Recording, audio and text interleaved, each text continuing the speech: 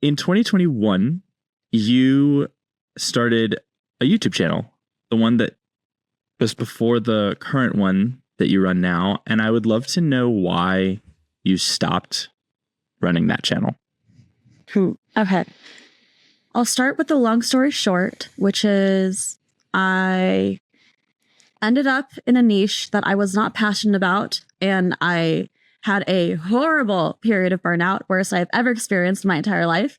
And then physically could not continue with the channel because of how burnt out I was. And then had a bit of an existential crisis, missed creating YouTube videos so much. And I was like, I have to go back. I have to keep making videos. But it would have to be something that I could talk about for a decade and never get tired of. And after a lot of reflection, that brought me to the topic of what my current YouTube channel is about.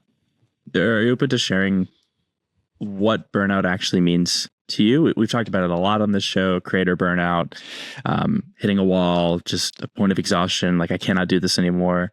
What was that experience like for you more specifically? So for me, it started with it becoming harder and harder to make a video. I would start dreading it more and more as opposed to feeling excited. I would think about the work that I would have upcoming for a video, and I would feel this like pit of dread in my stomach. And it just became harder and harder to do everything, harder and harder to make a video, harder and harder to write a script, harder and harder to do research, eventually harder and harder to open up my computer, and harder to get up out of bed in the morning. And I think, it started with the internal dread. And then because I kept ignoring it, my body escalated that burnout until it was a very physical thing of like, man, I physically is so hard to even just like get up out of bed or up off of the couch to do anything or even like hold a conversation, which was definitely at a point of like, oh, something is way out of alignment here. They're like major, like, like all the warning bells that your body gives you of like, uh-oh, like something was wrong, cease immediately and like rethink how things are going. It's strange to explain. I've experienced the exact same thing 2 or 3 times over the years. And when you try to explain it to people, I don't know if you've experienced this, but when trying to actually explain what you just shared to other people who maybe haven't experienced it, it sounds kind of hard to comprehend. And the first time I really, really burnt out, that's about a week and a half. It was a very scary experience because I'm a very driven human being. I love sitting down and creating and working my business and getting on calls with people. Like I love it. I just enjoy it most of the time. And to hit this point where, like you said, it is as though you don't care about anything. I don't care about the work. I don't care about getting on calls with people. I don't care about any progress being made. I just want to like lay here and either be on my phone, lay in bed, etc. And I was at the gym. This was like my first real memory of this. I was at the gym and I was like, okay, I don't want to do anything, but I should go work out. That's what I do. And let me just go work out because, I can push myself to do that. And I'm at the gym and I'm just randomly in the middle of the workout, I'm on the brink of tears. And I had no idea why. And I still, to this day, I can't explain why that was, but that was the visceral body experience that you just shared. And it's pretty wild. And we had Steph Smith on the show, and she defined burnout as when there's a huge gap between the efforts that you're putting in and the progress you feel like you're making. And you mentioned that you burnt out and things got harder because you were creating content about a niche or topic that you were not passionate about. How vital of a factor was that? And are there any other factors that went into this burnout for your first channel? Yeah, I think that there's this creator named Dr. K. He has a channel, Healthy Gamer GG, and he was like a Harvard I want to say psychologist or psychiatrist. I don't remember which one. And he defined burnout as when your actions are determined by a fear of what could possibly happen versus when you make actions because of things that you are genuinely excited about doing. And I think that that was a large part of it for me as well, of the things that I was doing with that channel. It was not because I wanted to do those things at that point. I was not passionate about what I was doing. I had never been passionate about that thing. I had tried to like rationalize it in my brain so many times. For context, I had on my first channel, pretty early on into my YouTube journey, this was like late 2021 and the height of like the crypto and NFT boom. And I like experimented with creating an NFT collection because I was curious. Everyone was talking about them. And I was like, surely it can't be as simple as you make an NFT and you become a bajillionaire. Like, surely there is something more. And so I made an experimental NFT collection and I made a lot of mistakes. I didn't know what gas fees were. It was like a whole thing, and learned a lot from the experience. And I'm a big fan of like building in public or learning in public. So I made a Twitter thread about that, then made a video about that, and that video blew up. And like at this point has like close to 700,000 views. And the advice that I was given at that point was niche down to blow up. So I was like, okay, I will niche down into this thing. But again, my own innate curiosity on the topic was sated. Like I was like, okay, like I'm good, but I will keep doing this, and hopefully I can bring in a larger audience who is interested in this thing, ride the wave, and then eventually pivot into something I'm more interested about. And then as I kept making videos, at first it was fun because like at first you have all that external validation that's coming in. You're like, wow, people, viewers. Like I'm going from talking to nobody on YouTube to like people are actually watching and they're commenting. This is crazy. But then after that initial excitement of the external validation wore off, it's like, oh, now I'm just stuck here.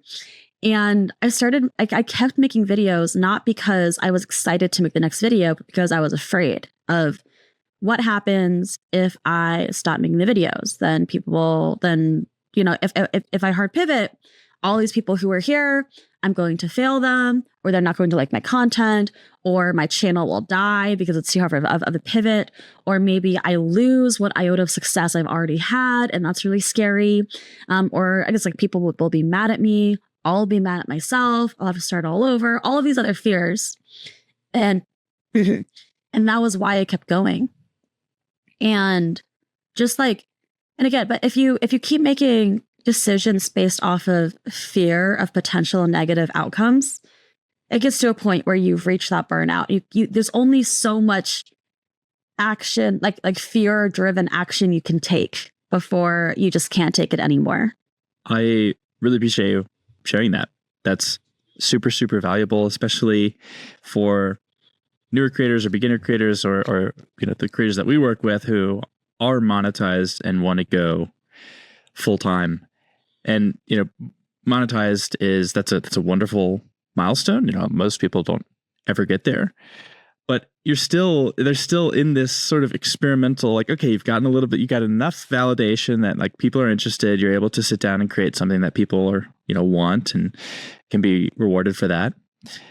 But there's a long way to go and a lot of figuring out to do. And we've still, we see people make major pivots, be terrified to make major pivots.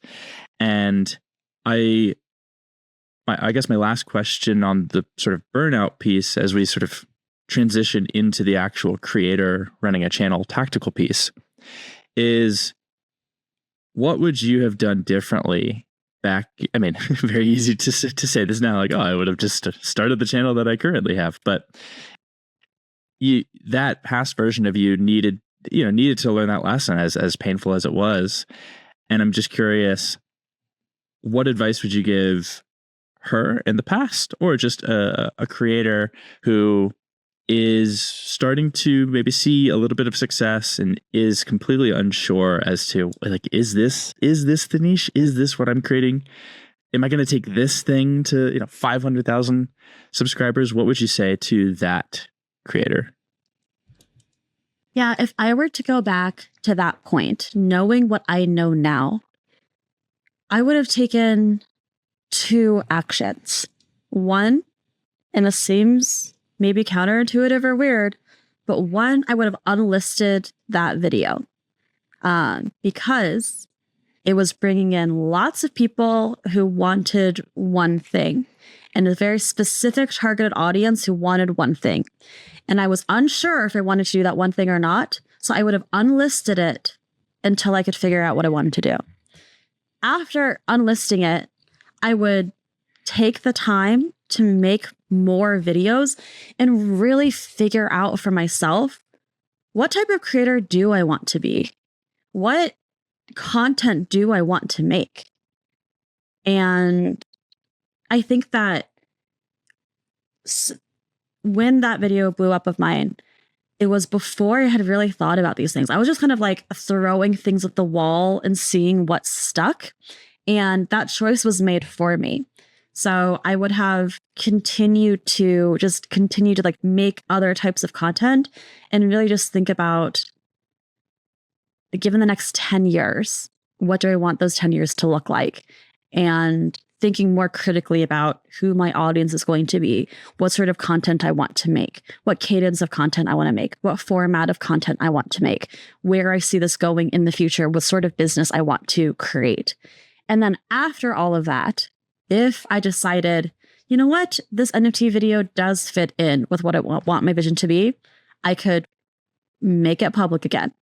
Great. Or I'm like, you know what, this is very not the direction that I want to take things in. Keep it unlisted, keep making videos. I think at that time I had a lot of fear of like, this is my one big break. And if I don't take advantage of this one big break, this will never happen again. And it's like, girl, no. Like, you can always make another viral video. You can always make another viral video. And more viral videos will come in the future. It's a lot easier, I would say, to make a viral video that isn't aligned with the vision and future that you want things to make than it is to make, I guess, like consistently good content that builds towards the direction that you do want to make. So I think that, like, really seriously considering asking myself before I make any video, the key question, if this video were to go viral, would I be happy about that? Or would that make me scared or uncomfortable? And if the answer is scared or uncomfortable, don't make the video. Wow. Yeah, that's a wonderful barometer or razor. And also, you mentioned this earlier when you were previously sharing the story. I can't imagine the amount of, I don't know, humility, but like to unlist or private a video that has just gone ballistic compared to anything a creator has created in the past. I could imagine it's just like, well, why would I throw away this gold mine that I'm sitting on? But clearly, what a wonderful example of like how that gold mine just it's like doing a deal with the devil in a way, if it's not actually where you want to go. And I love that. So like, if this thing I'm about to make just got 100 or, you know, 1 million views, like how would I feel about that? Would I feel proud? Would I feel excited? Would it bring me more of the people that I really want to communicate with and that I want in my community, in my comment section, for example? That's really cool. I'm going to steal that and use it as my own. I'm never going to give you credit. Never going to mention this conversation. No. You're welcome. Yeah, but I mean, truly, I think you can think about a viral video like a rocket ship. But the question is, what planet is that rocket ship going to?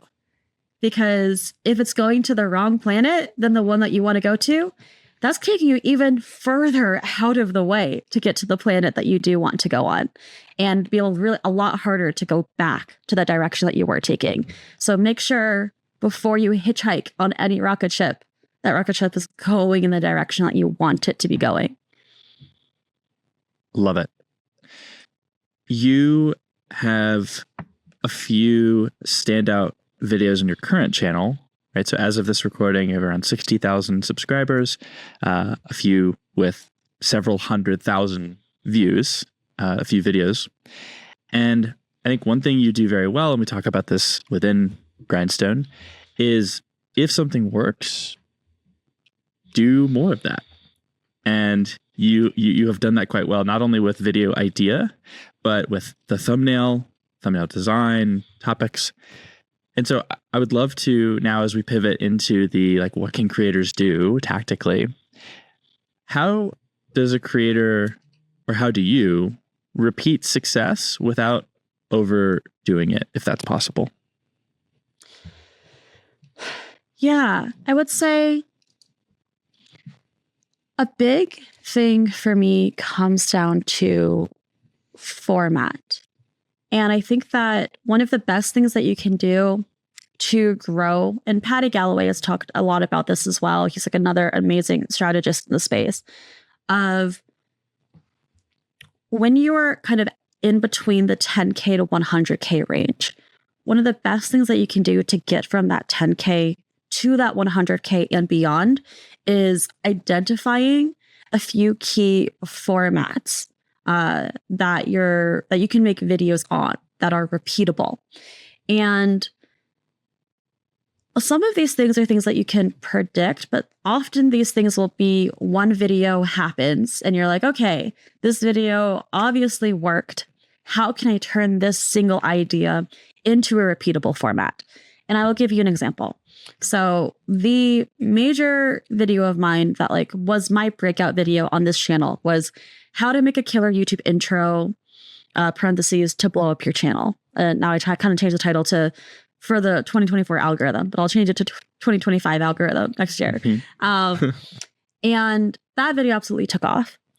And the question is, okay, how can you turn this single standalone video into a format? Well, what if instead of how to make a killer YouTube intro to blow up your channel, instead it's how to make a killer thumbnail to blow up your channel, or how to come up with a killer idea to blow up your channel, or how to edit a killer YouTube video to blow up your channel, or whatever other element of a YouTube video exists. I can do a similar deep dive that looks and feels similar to that first video that blew up, doubling down on that success, but offering different value in a way. And this can be done throughout like pretty much any sort of single idea that has done well, or single video that has done well. Usually there's something in that that can be tweaked into some sort of repeatable format. And is it possible, do you think, to overdo it or to repeat the same either framework, template, concept, idea to the point where the audience or fans or subscribers could just be like, oh, okay, like just another, here we go, another blank? So I think two things. One, usually what happens is the creator themselves are the ones who get tired of it first. Because usually people who are in this space, like, yes, we are entrepreneurs and a lot of us are also artists. And there tends to be this like internal ambition and drive to like keep creating and keep innovating and keep like flexing our muscles and trying new things and learning new things. And so oftentimes it's actually the creator who fatigues, like who like tires of it first, is like, oh, I want to like challenge myself and do new things. And I'm sick and tired of doing the same thing over and over again. Audience members, a lot of times the audience is not actually looking for significant novelty or change from a creator once they've found a video that they've really liked.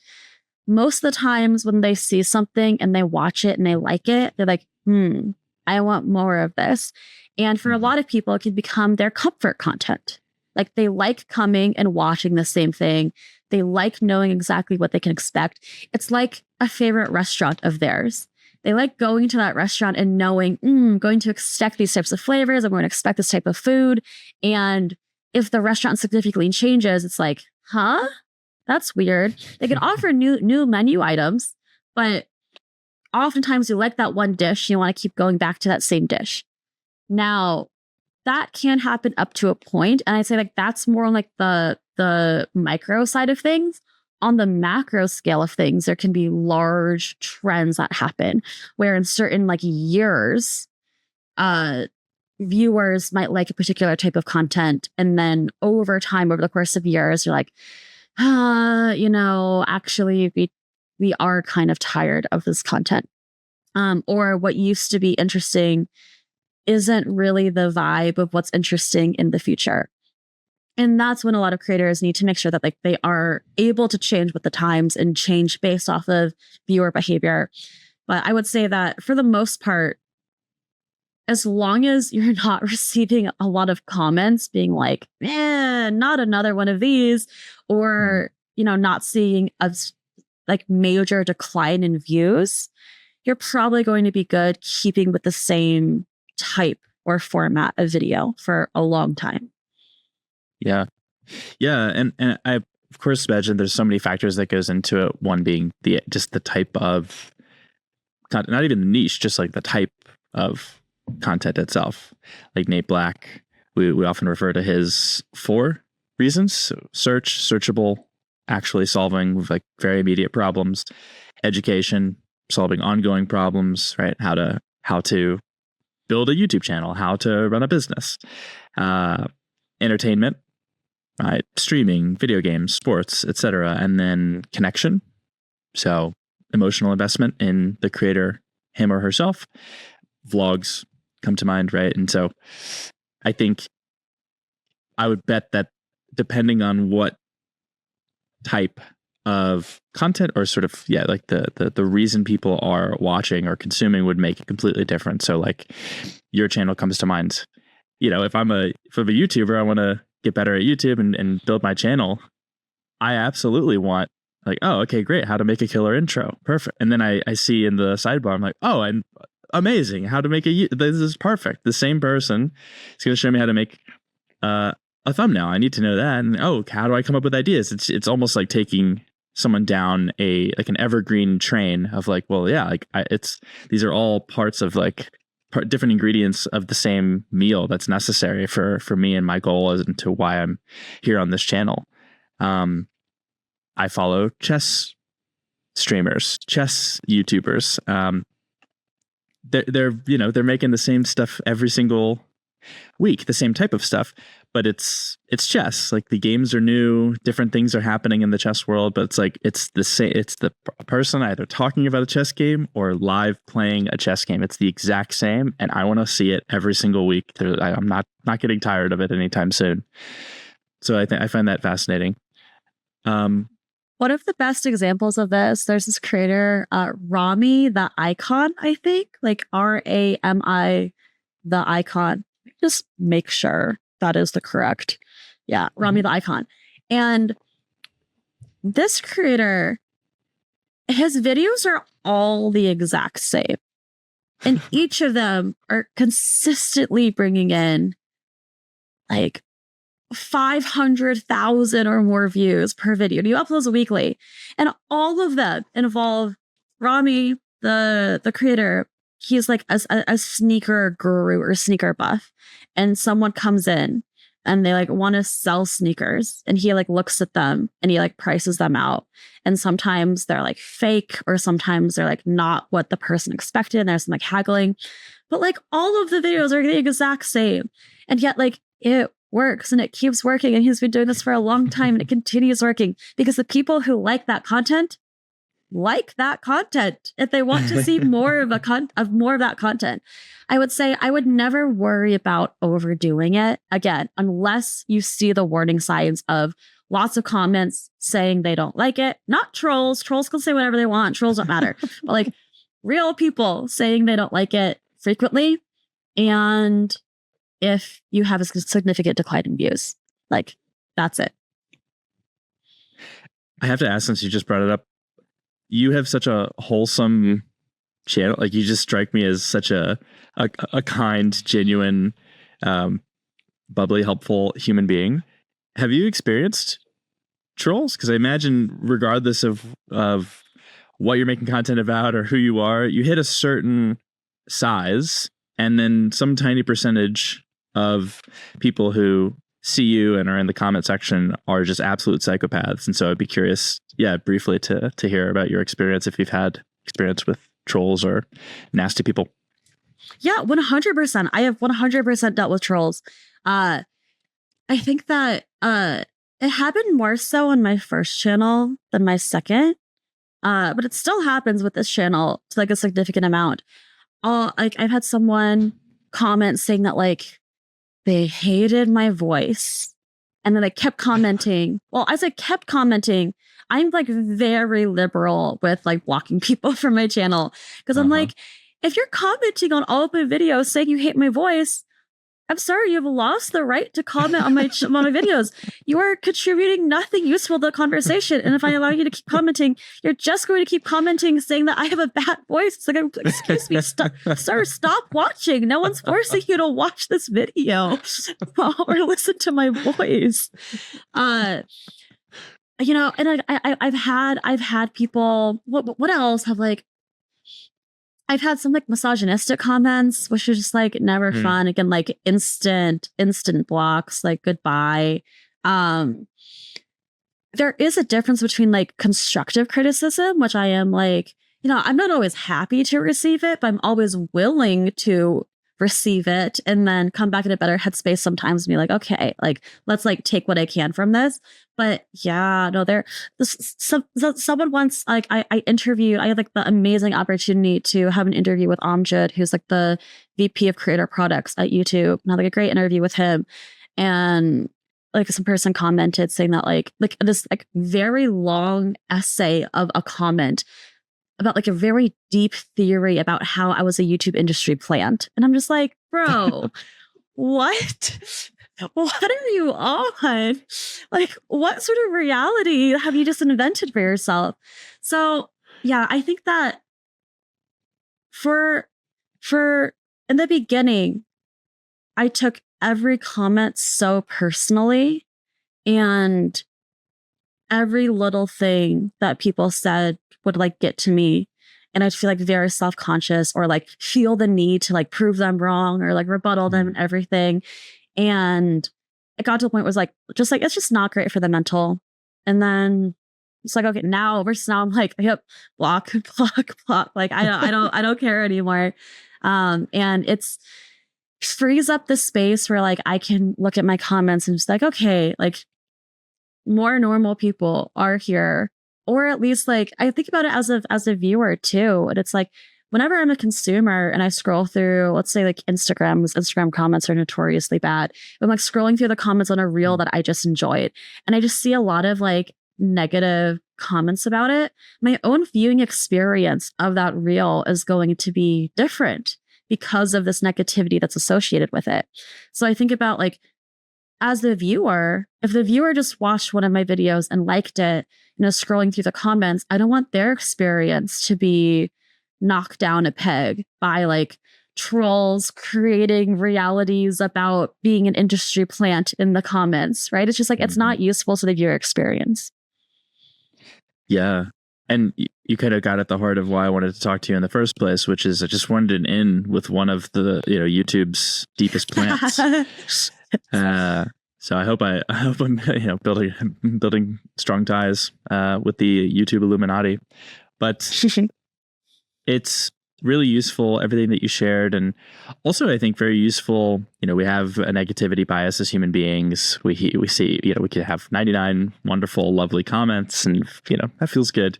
One awful, nasty thing said, it's like, what are we going to be remembering a few days after? Of course, it's going to be the negative one.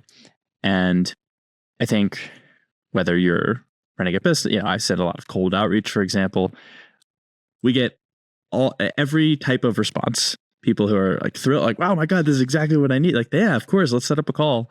We get, hey, love what you're doing. Great message. Not interested. No, thank you. We get, no, thanks. I'm good. And then we get just like, what, like, why did you reach out? Like people who are just absolutely angry. And so I think whatever it is that you're creating, if you're sharing it with a lot of people, you just are going to get every possible response from human beings. Everyone's different. And one of the things that put me at ease, and I thought of it when you were sharing everything that you just shared, is that it's you know, okay, most people are not going to leave mean, negative comments, but also most people aren't going to leave positive, grateful, uplifting comments. I think more do that than leave negative comments, or at least we would hope. But actually, most people just don't say anything. They just want to watch the video. They don't say a single thing. They just show up and they want to consume something that's useful. And I think, I've been following my favorite creators for years. I watch almost everything that they do. It's like, for most of them, I don't think I've commented one time on a single thing. And so it's hard, I think, to really comprehend. We see the view count compared to the comment count, but there are these silent ghosts who are just quietly enjoying the stuff that you're making, and you're never going to hear from them. What do you think about that? I mean, yeah, I think that's same here. Like, I have maybe commented on a YouTube video that I didn't I comment on my friends' YouTube videos when they post. So I'm like, yay, but if I didn't know the person, I maybe commented once or maybe twice on YouTube video ever. And I watch YouTube videos every day. I don't watch TV anymore. I just consume YouTube for entertainment. Yes. My entire world is YouTube at this point, right? So it's, yeah. And there are also so many different ways for someone to engage. Yes, that you can comment on a YouTube video, but you can also click through a link, or you can follow on other socials, right? Or you can thumbs up a video. There are so many other ways. Or you can come back, bookmark, save, share a video, come back and rewatch a video. You could go and binge through multiple videos of someone. There are so many different ways to engage and interact with a channel other than just commenting. And I think that just with the trolls, it's I cannot even comprehend. Again, I've barely comment anything. I could never, ever imagine commenting on another YouTuber being you have a bad voice. I just cannot understand why. And so then I just it's not worth trying to understand. It says, it doesn't say anything about you. It just says everything about them. It's okay, cool. Your commenting privileges have been revoked. Enjoy. I'm sorry I said that. Please let me comment on your videos again. Yeah. Mm-hmm. We've been talking about for about 40 minutes. Loving this conversation, by the way. And you are the queen of frameworks. You love frameworks. You've said it in almost every conversation that you've had about creating. And I want to get into just your start to finish, how to make an Aprilynne Alter video. But I'm always curious, in our community, one of the, if not the most common challenges for someone on YouTube is they start creating and they're not designers. They don't have any graphic design. They've probably never even used Canva. And obviously you made a really wonderful video about this, but I would love to go through just a brief thumbnails 101.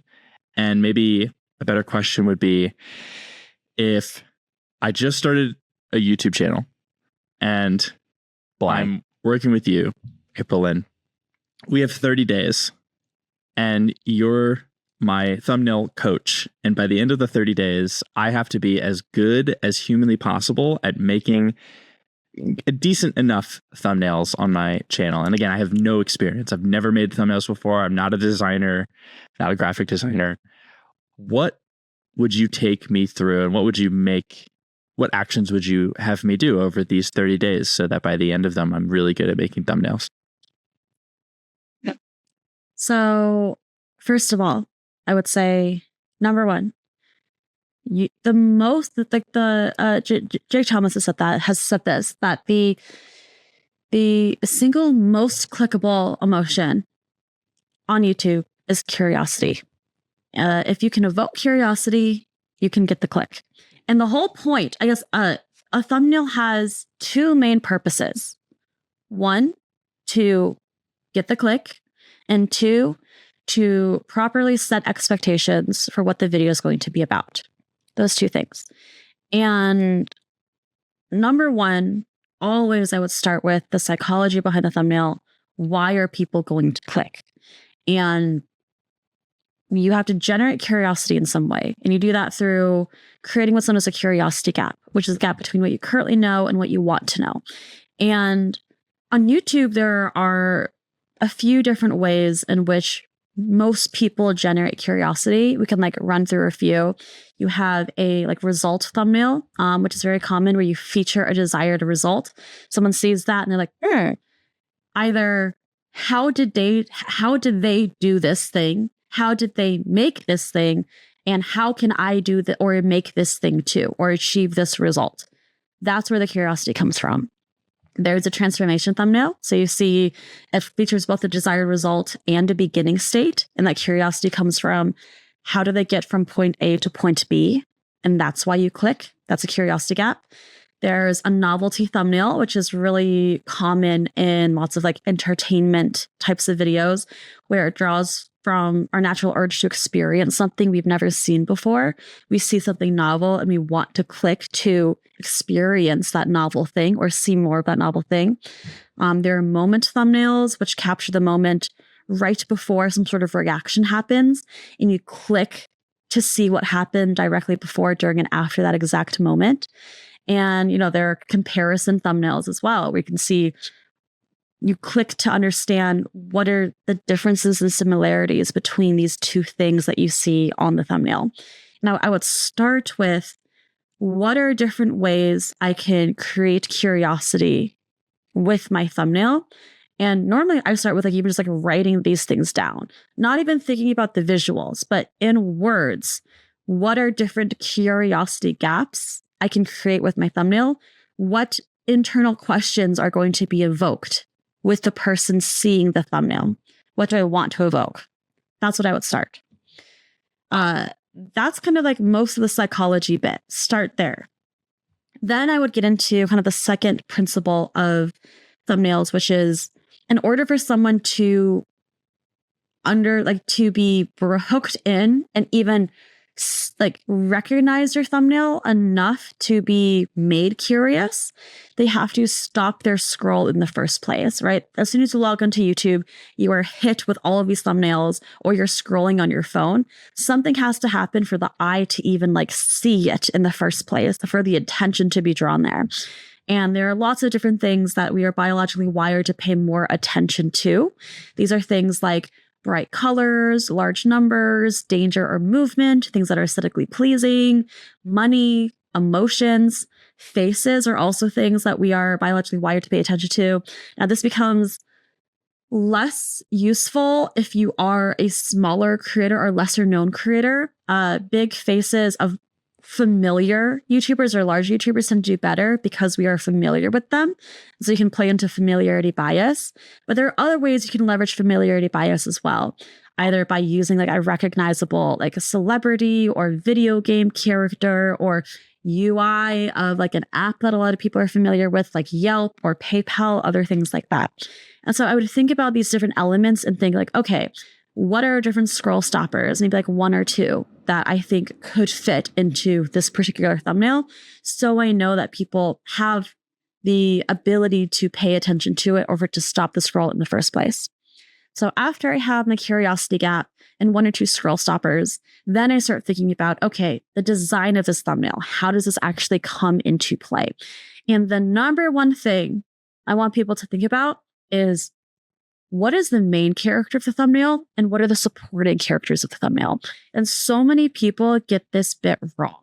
When I say main character and supporting character, the main character is the single element that is going to drive the most curiosity or do the most work in creating your curiosity gap. For instance, if you have a novelty thumbnail, then the subject of novelty is going to be the main character. And then everything else is going to be a supporting character to help drive attention or create context around that main character. If you have the moment thumbnail, then the main character is the like action or facial expression or something that indicates that a reaction is going to happen. If it's a result thumbnail, the main character is the result. Like if you're making a cheeseburger, the result is the cheeseburger. The main character is the cheeseburger. Once you have that in mind, then think about, okay, supporting characters. Let's say you want to be a part of the thumbnail. If you are not doing the most work in creating the curiosity gap, your face should not be the single biggest thing or thing closest to the quote unquote camera in the thumbnail. You should be further behind. The object of whatever is creating those curiosities should be closer. When I say closer, when you think about the components of design, most people think about design as adding things, but design is actually about getting the main point across as quickly as possible. And we can often do that with hierarchy. And so that's when you get into things like composition. You want to place your thumbnail, the main character, either the center of a symmetrical thumbnail or in like the left or right third, following the rule of thirds for asymmetrical thumbnails. And you can direct attention to the main character using things like leading lines or differences in scale, having the main character be the biggest elements versus everything else is smaller. You can have the main character be like in focus while everything else is blurred. Things like that can help. Or like, a big red arrow pointing directly to the main character can help get that attention across, that point across. Again, everything is about bringing the eye directly to the main character as quickly and clearly as you can. Another really big concept when you think about thumbnail design is the idea of contrast. That's also a great way to help the main character come across. This is what I did a lot for a lot of my thumbnails now, is I use a lot of contrast. Whenever you think about a thumbnail popping, I'm like, wow, this thumbnail really pops. What you really mean is that the thumbnail has good contrast, and contrast is creating using color. And there are kind of like three main ways you can create contrast using color. One is luminosity contrast. So it comes with mixing lights and darks. There is a hue contrast. So coming from mixing colors from the different sides of the color wheel. And there are saturation contrast. So mixing low saturation with high saturation. And when I say mixing, it's like contrasting. So let's say your main character is highly saturated and everything else is very low saturated or in grayscale. That main character is going to pop. Let's say your main character is light and the rest of the character is like dark and black. Okay, the main character is going to pop. Or let's say your main character is like orange or red and the rest of the background is like blue. Then your main character is going to pop. That's how you create contrast, which is really important because if your main character is popping in some way, but all of your other supporting characters are also similarly colored or similarly like light or dark or similarly saturated, that main character is not going to pop as much. So you can think of all of these things as like levers that you can pull to direct more attention to that main character. And then finally, so you have your curiosity gap, you've thought about your scroll stoppers, you've composed your thumbnail in a way to drive the most attention to that main character as possible. There are three main checks I would advise to run every single thumbnail you make through. First check is the clarity test. So in the smallest view on that someone can see your thumbnail on, which in YouTube is in the suggested panel. Most of us, when we like make our thumbnails in Canva or Photoshop, it's like taking up our entire screen. And it's like, we think like, oh, it's perfect. But then when someone sees it like itty bitty in the sidebar, they might not see what's going on. So I would say like resize it so it's as small as you can see on a sidebar to a computer screen. Look at it and be like, okay, can you clearly make out every single element? If you have to squint or if things kind of blur together, things are not clear enough, go back and rework it. Next, contrast. So if you put your thumbnail up against other thumbnails in the space, contrast doesn't just matter in your main character standing out. Contrast matters in your thumbnail standing out from other thumbnails your viewers are often seeing. So if you put your thumbnail next to lots of other thumbnails from people within your space, does your thumbnail stand out? Does your thumbnail have the power to stop the scroll? If not, go back and make changes. And then finally, the glance test.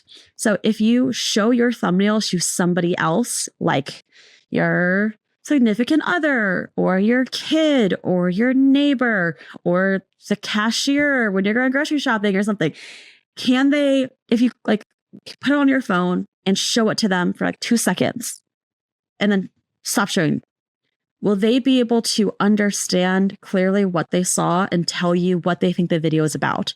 And if they can't do that, your thumbnail is not best aligned with what your video is about, probably not setting the right expectations for what the video is going to be about, and should it be reworked? I know that was a lot. That is probably like in that 1 month, I would try to fit as much into this as possible and really harp on those main things. I'm going to go back and re-listen to that section of this conversation several times. That was incredible. Clarity, contrast, glance test. Mm-hmm. Is this clear even on when it's, the smallest that the thumbnail could possibly be? Does this stand out? Is this noticeable among a sea of other thumbnails, especially within the same niche? And if I were to show this to my girlfriend for 2 seconds and then take my phone away, would she be able to accurately articulate probably what the video is about and what she would likely get out of watching it? Exactly. Wow. And then we're coming up to the end of time here, and I want to stick to the hour that we promised. Incredible principles. As far as tactics, my guess is that you would agree that it's still a skill, right? Regardless of the understanding of these principles and the embodying of them, it's going to, your first thumbnail is going to be garbage compared to your 100th that you make. And so again, within these same 30 days, what tactically would you, again, you're my coach. I do what you say. What are you making me do in conjunction with the principles that you would have me understand with thumbnails? Something that I would recommend that everyone start right now, if you have not done so already, is create a private playlist on YouTube called Inspiration or This Got Me or Why I Clicked or something else like that, just for yourself. And every single time you find yourself lingering on a thumbnail from a creator that you do not already know, whether you decide to click through or not, you feel yourself lingering, add that video to your playlist. And then over time, you're building up this bank of thumbnails that got you in some way. Because there are kind of like two main things when I think about thumbnails, which is you have your skill level, which is your ability to execute, and you have your taste. And skill level is something that can be brought up, through things like taking tutorials on how to use Canva or how to use Photoshop in terms of actually executing on these things. But taste is something that's a lot more difficult to build up, which is why it's like a daily or weekly practice, or I was like all the time. Again, whenever you see thumbnails that get you in some way, add that. And then afterwards, maybe at the end of the week, look through the thumbnails that you've added to that playlist that week and just take like 15 minutes to think about, okay, what about this thumbnail got me? And those thumbnails don't have to be perfect, but something about them got you in some way. Is it the colors were like really intriguing to me? Was it the composition itself? Was it like the main character that like drew you in? Was it like a big red arrow that drew you in? Was it the way that it interacted with the title was really cool? Like what about it drew you in? And that is how you can build taste over time. If you do not use YouTube enough to do this, use YouTube more. Like I cannot emphasize enough. If you are not a consumer of YouTube, then it's really difficult to create YouTube content. So if you're not already watching YouTube or spending time on YouTube, try to spend, I don't know, maybe like at least 3 hours per week on YouTube. It can also help to have like another profile in which you have intentionally click on videos that are within your niche to kind of understand what's working within your niche. But also sometimes it's really nice to like take inspiration from things outside of your niche. I like to use a tool called 1 of 10, which is like an outlier tool. This means that it's a tool that an outlier on YouTube is a video that has significantly outperformed the average views of that channel. So if a creator typically brings in 10K views per video, but one video pulls in 100K views for them, that video is an outlier. And tools like 1F10 aggregate all of those outliers. And you kind of like scroll through them in different niches and think, okay, like what about these thumbnails or ideas or titles contributed to making this video an outlier? And not every video is going to be an outlier because of the packaging. Some videos will be outliers because of the video itself, and you kind of have like click through. But you will be able to tell over time. You'll look at a packaging and be like, yes, it makes sense why this video was an outlier, and try to reverse engineer it as much as you can. And eventually you will build up that taste, and then your skill level will follow. And then you'll be making banger thumbnails in no time. So helpful. So helpful. I love it. And at the end here, again, you are just insanely valuable to creators who really want to do this. And I think you do a wonderful job. It's why I wanted to talk to you today. But you not only help them with your YouTube channel, which of course is free, anyone can go and just watch your videos, but you have a course and you have more things in the works coming up. So in what other ways do you help creators who want to build their thing better and faster? Yeah, of course. I mean, number one will always be the YouTube channel. Main goal is to provide like as much like value and lasting impact as I possibly can. And one of the best ways to do that is through YouTube videos. I learned how to make YouTube videos in the beginning by watching videos like these. Like that will always be number one. If you are interested in like learning more, I do have a course. It's like the beginner's guide to YouTube. I could probably just like leave links with you if anyone is interested, in which I can like talk more about the like specifically getting started. So if you're a bit good, like if you're not yet monetized but want to get there, that's what that course really focuses on. And then I also am launching a new offer coming soon, which is a much more, I guess, like intimate mastermind offer. So we'll be a very small group, only 5 people for like 6 months together, in which I help kind of like group coaching them very specifically grow their channels over those 6 months. And it's for more intermediate creators who have kind of exhausted a lot of like the free or self-paced stuff that exists, but want more hands-on help getting their channels to the next level. So those are kind of the 2 other types of offers that I have. But number one, always going to be the YouTube channel.